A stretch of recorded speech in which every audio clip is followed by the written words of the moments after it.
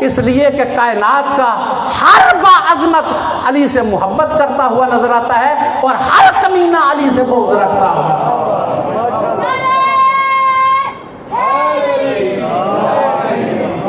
ہر باعظمت علی سے محبت رکھتا ہے، چاہے پیغمبر کے دور میں ہو چاہے پیغمبر کے دور سے پہلے ہو۔ پیغمبر کے دور سے پہلے بھی باعظمت علی سے محبت کرتے ہیں۔ کیا خیال ہے حضرت آدم مولا علی سے محبت کرتے ہیں کہ نہیں؟ آدم علی سے محبت کرتا ہے، نوح علی سے محبت کرتا ہے، عیسیٰ علی سے محبت کرتا ہے، موسیٰ علی سے محبت کرتا ہے، ابراہیم علی سے محبت کرتا ہے، اور پیغمبر کے دور میں بھی جو اعلیٰ ظرف ہیں وہ مولا علی سے محبت کرتے ہوئے نظر آتے ہیں۔ اور میرے بھائیوں، میں دعویٰ کر رہا ہوں، دلیل کے لیے آپ تاریخ کو دیکھیں، مجالس کو آپ سنتے رہتے ہیں، ہر باعظمت پیغمبر کے دور کا مولا علی سے محبت کرتا ہوا نظر آتا ہے۔ جسے پیغمبر کہے نا تو ایمان کے 8ویں درجے پہ ہے، وہ علی سے محبت کرتا ہوا نظر آتا ہے۔ جسے پیغمبر کہے نا تو ایمان کے 9ویں درجے پہ ہے، وہ علی سے محبت کرتا ہوا نظر آتا ہے۔ جسے پیغمبر کہے نا تو ایمان کے 10ویں درجے پہ ہے، وہ علی سے محبت کرتا ہوا نظر آتا ہے۔ جسے پیغمبر کہے نا کہ تو جنتی ہے، وہ علی سے محبت کرتا ہوا نظر آتا ہے۔ جنہیں پیغمبر کہے نا تم جنتیوں کے سردار ہو، وہ علی سے محبت کرتا ہوا نظر آتا ہے۔ جس مستور کو پیغمبر کہیں کہ تو جنتی ہے، وہ علی سے محبت کرتی ہوئی نظر آتے ہیں۔ جس مستور کو پیغمبر کہیں تو جنتی عورتوں کی سردار ہے، وہ علی سے محبت کرتی ہوئی نظر آتی ہے۔ جنہیں پیغمبر کہیں کہ تم متقین ہو، وہ علی سے محبت کرتے ہوئے نظر آتے ہیں۔ جنہیں پیغمبر کہیں کہ تم متقین اور مومنین ہو، وہ علی سے محبت کرتے ہوئے نظر آتے ہیں۔ اللہ کا قرآن علی سے محبت کرتا ہوا نظر آتا ہے۔ نبیوں کا سلطان علی سے محبت کرتا ہوا نظر آتا ہے۔ عرش پہ رب رحمان علی سے محبت کرتا ہوا نظر آتا ہے۔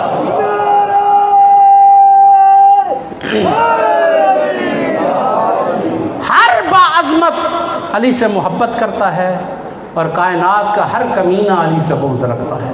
کسی گروہ میں ہو، دنیا نے کثرت کے ساتھ علی سے محبت کی ہے اور دنیا نے کثرت کے ساتھ علی سے بغض رکھا ہے۔ بہت کسی گروہ کو اٹھا لیں، کسی گروہ کو بھی اٹھائیں گے تو وہ علی سے محبت بھی کرتا ہے۔ کیا خیال ہے؟ گروہ تو بہت سے ہیں۔ یہ جو ڈاکٹر صاحبان ہیں، ان میں علی سے محبت کرنے والے ہوتے ہیں کہ نہیں ہوتے؟ علی سے بغض رکھنے والے۔ اگر بندہ انجینئر حضرات ہوں تو ان میں محبت کرنے والے ہیں کہ نہیں ہیں؟ بغض رکھنے والے۔ اچھا، تاجر حضرات میں علی سے محبت کرنے والے۔ اس کا مطلب ہے کوئی بھی گروہ ہونا، گروہ کوئی بھی ہو، علی سے محبت کرنے والے بھی کثرت میں، علی سے بغض رکھنے والے بھی کثرت میں۔ میرے بھائیوں، گروہ کوئی بھی ہو، محبت بھی کرتا ہے اور بغض بھی رکھتا ہے، لیکن میں نے کہا کہ ہر کمینہ علی سے بغض رکھتا ہے اور ہر باکمال علی سے محبت کرتا ہوا نظر آتا ہے۔ بغض کنہوں نے کیا؟ گروہوں کو دیکھے، کنہوں نے علی سے بغض کیا ہے؟ کس نے علی سے بغض کیا؟ کسی بھی گروہ میں آپ چلے جائیں، مارقین نے علی سے بغض کیا ہے، قاسطین علی سے بغض رکھتے ہیں، مارقین علی سے بغض رکھتے ہیں، مشرک علی سے بغض رکھتے ہیں، جاہل علی سے بغض رکھتا ہے، جاہلوں کا سردار علی سے بغض رکھتا ہے، مشرک علی سے بغض رکھتا ہے، مشرکین کا سردار علی سے بغض رکھتا ہے، کافر علی سے بغض رکھتا ہے، کافروں کا سردار علی سے بغض رکھتا ہے، جہنمی علی سے بغض رکھتا ہے، جہنمیوں کا سردار جسے پیغمبر نے کہا تھا کہ عمار کو قتل کرنے والا، علی سے بغض رکھتا ہے، جو 300 کی اونٹنی پیغمبر کو 900 میں بیچے علی سے بغض رکھتا ہے، جو پیغمبر کی رسالت میں شک کرے علی سے بغض رکھتا ہے، جس کے اندر شرک چیونٹی کی چال چلے علی سے بغض رکھتا ہے، دنیا کا ہر کمینہ جو ہے وہ علی سے بغض رکھتا ہے، پیغمبر کے بدن پہ حملہ کرنے والے علی سے بغض رکھتے ہیں، پیغمبر کے مشن پہ حملہ کرنے والے علی سے بغض رکھتے ہیں، پیغمبر کے ذہن پہ حملہ کرنے والے علی سے بغض رکھتے ہیں۔ دنیا کا ہر کمینہ جو ہے وہ علی سے بغض رکھتا ہوا نظر آتا ہے، گروہ کوئی بھی ہو۔ اور میرے بھائیوں، میں کہا کرتا ہوں، جسے پیغمبر کہے نا کہ تجھ پہ ہوا کے کتے بھونکیں گے، وہ بھی علی سے بغض رکھتی ہے۔ جسے اللہ قرآن میں کہے کہ تیرا دل ٹیڑھا ہو گیا ہے، وہ بھی علی سے بغض رکھتی ہے۔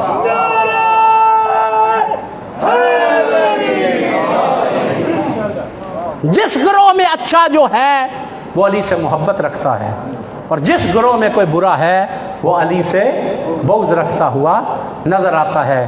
اور میرے بھائیو، انہی شخصیات کا بغض تھا کہ کربلا کے میدان میں اگر آپ دیکھیں تو ابو طالب کی اولاد کٹتی ہوئی نظر آتی ہے۔ میں حیران رہ جاتا ہوں کہ کربلا میں آپ دیکھیں 2 شہزادے تھے، جوانان جنت کے سردار، دونوں کی اولاد کا ایک ایک فرد اللہ نے بچایا تاکہ حسن کی اولاد بھی دنیا میں رہ جائے، تاکہ حسین کی اولاد بھی رہ جائے۔ یہ اللہ کا انتظام تھا، مگر نہ دنیا نے حسین کی نسل کو بھی قطع کر دیا ہے اور حسن کی نسل کو بھی قطع کر دیا ہے۔ میرے بھائیوں، میں چند جملے پڑھنا چاہتا ہوں آپ کے سامنے۔ مصائب میں مخصوص قسم کے پڑھے جاتے ہیں، لیکن تھوڑا سا تاریخ کا تذکرہ بھی ہو جائے۔ امام حسن مجتبیٰ کی اولاد، کربلا میں قربانیاں بہت سی ان کی ہیں۔ تاریخ نے لکھا کہ امام حسن کی کم و بیش اختلاف ہے کہ 15 اولادیں تھیں، 15 اولادیں لکھی ہیں، اور ان میں سے یعنی بیٹے اور بیٹیاں امام کے 15 تھے، جن میں سے بعض مورخین نے لکھا کہ 5 بیٹوں نے کربلا میں جہاد کیا ہے، بعض نے لکھا کہ 4 بیٹوں نے جہاد کیا ہے، اور بعض نے جس پہ سب کا اتفاق ہے کہ کم سے کم امام حسن کے 3 بیٹے تھے جنہوں نے کربلا میں جہاد کیا ہے۔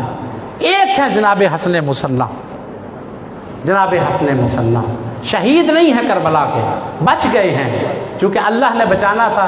ایک حسین کا زین العابدین اللہ نے بچا لیا، اور ایک امام حسن کا۔ اور پھر میں حیران ہوں، خدا کا انتظام ہے، خدا کا انتظام ہے کہ امام زین العابدین کی شادی امام حسن کی بیٹی کے ساتھ، اور امام حسن کے بیٹے حسن مصنع کی شادی امام حسین کی بیٹی کے ساتھ۔ یعنی دنیا میں جو نسل چلی ہے امام حسن کی تو نجیب الطرفین سید، اور دنیا میں جو امام حسین کی نسل چلی ہے تو نجیب الطرفین سید سامنے آئے ہیں۔ تو میرے بھائیو، جناب حسن مصنع کربلا کے مجاہدین میں شمار ہوتے ہیں، گئے ہیں، حملہ کیا، اور علی کے اس پوتے نے ایسے رنگ میں جنگ کی ہے کہ دنیا کو علی کی جنگ یاد آ گئی ہے۔ مگر حملہ کرنے کے بعد چونکہ پیاسے بھی تھے، کافی ناریوں کو فنار کیا، اور پھر جب ان پہ حملہ ہوا، بڑے وار ہوئے ہیں حسن کے اس شہزادے پہ۔ انتظام اللہ کا تھا، تیر بھی لگے، نیزے بھی لگے، تلواریں بھی لگی ہیں، اور اپنی طرف سے وہ رگیں کاٹ کے چلے گئے، مگر رگیں کٹی نہیں ہیں، رمق باقی تھی، رمق ابھی باقی تھی۔ پھر وہاں سے ان کو کوفے میں بھیج دیا گیا، بعد میں جنگ ہوتی رہی ہے، اور وہ سب کو قید کر کے لے گئے، لیکن امام کے اس بیٹے کی طرف کسی کا دھیان نہیں دیا۔ چند ماہ کے بعد صحت یاب ہو کے مدینے واپس آ گیا ہے حسن کا جلوہ، اور روایت کہتی ہے کہ ادھر یہ بچے، ادھر امام زین العابدین بچے۔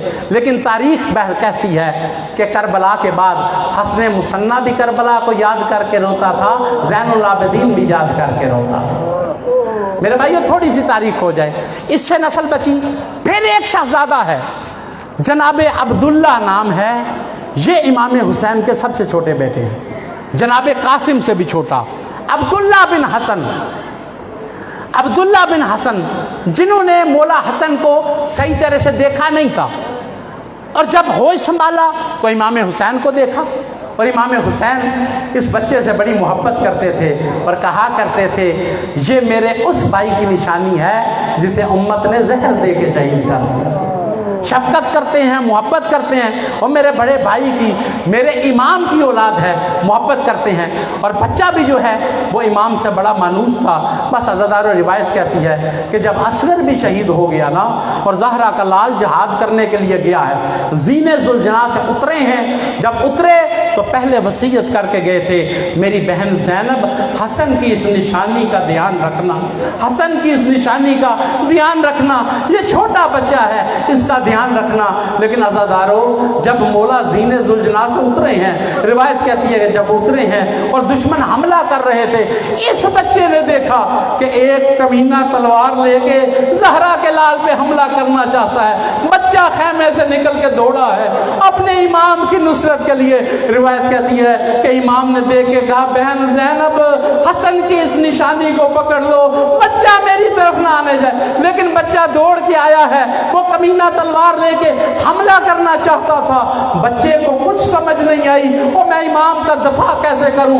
اس نے تلوار سے حملہ کیا، بچے نے اپنے ہاتھوں کو آگے کر دیا ہے، وہ میرا امام کسی طرح سے بچ جائے۔ بس وہ ہاتھ کٹ کے امام کی گود میں گرے، امام نے بچے کو اپنی گود میں لیا، اور وہ کمینہ اور جس نے مولا حسین کے اصغر کو شہید کیا تھا، ہرملا نے اپنے تیر کو اٹھایا، 3 شعبہ تیر آیا، حسن کا یہ لال حسین کی گود میں شہید ہوا۔ بس 2 جملے امام کے تیسرے بیٹے کے پڑھنا چاہتا ہوں کہ آ کے کہہ رہا تھا، قاسم کہہ رہا تھا، مولا حلی من رخصہ، مولا کیا میرے لیے بھی اجازت ہے؟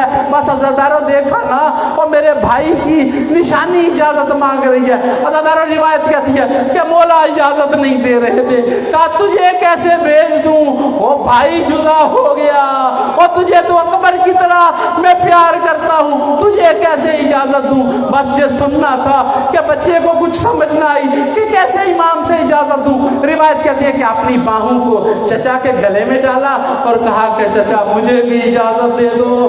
بس چچا نے بھی اپنے بازو اپنے بھتیجے کے گلے میں ڈالے۔ روایت کہتی ہے کہ دونوں نے گریہ کرنا شروع کیا، حتیٰ کہ روایت کے لفظ ہیں کہ دونوں غش کر گئے ہیں، روتے روتے بچہ اجازت مانگتا ہے، امام اجازت نہیں دیتے۔ بس بچے نے اجازت لینے کے لیے کیا کیا، امام کے ہاتھوں پہ بوسہ دینا شروع کر دیا، اور اتنا مجبور کیا ہے۔ روایت کہتی ہے کہ بچہ پورا جوان نہیں تھا، امام نے پکڑ کے زینے زلجنا میں بٹھایا اور کہا او میرے بھائی کی نشانی اللہ کے حوالے، خیمے سے نکلے، گھوڑے پہ سوار کیا۔ لیکن عزادارو روایت کہتی ہے، آخری جملہ کہنا چاہتا ہوں، روایت کہتی ہے کہ جب سوار کیا تھا نا، خیمے سے جناب قاسم نکلے تو حمید بن مسلم کہتا ہے خدا کی قسم میں دیکھ رہا تھا کہ خیمے سے اتنا اچھی شکل کا بچہ نکلا کہ یوں لگتا تھا جیسے بادلوں کی اوٹ سے کوئی چاند نکل رہا ہو، وہ حسن کے حسن کا وارث کوئی چاند نکل رہا ہو۔ بس میں اتنا پوچھتا ہوں، جو دشمن کی نظر میں چاند تھا وہ ماں کی نظر میں کیا ہوگا؟ وہ ماں نے کیسے بھیجا؟ بس عزادارو گیا ہے یہ بچہ، سر پہ تلوار پڑی، زخمی ہوا، زخمی حالت میں بھی 70 ناریوں کو فنار کیا ہے، اور فنار کرنے کے بعد روایت کہتی ہے ایک وقت وہ آیا کہ بچہ جب زمین پہ گرا، مشرق کے گھوڑے مغرب اور مغرب کے گھوڑے مشرق دوڑ گئے، بند کھل گئے ہیں، جوڑ کھل گئے ہیں، اور مولا اٹھا کے لائے۔ اور روایت کہتی ہے محبت اس سے اتنی تھی جتنی اکبر سے تھی، ایک طرف اکبر کا لاشا رکھا، ایک طرف قاسم کا لاشا، ایک ہاتھ رکھا اکبر کے سینے پہ، ایک قاسم پہ سینے پہ، اور نوحہ شروع کیا، واہ غربتا، آئے حسین کی غربت، حسین کا اکبر بھی شہید ہو گیا اور حسن کا اکبر قاسم بھی شہید ہو گیا، ماتم حسین ماتم مظلوم۔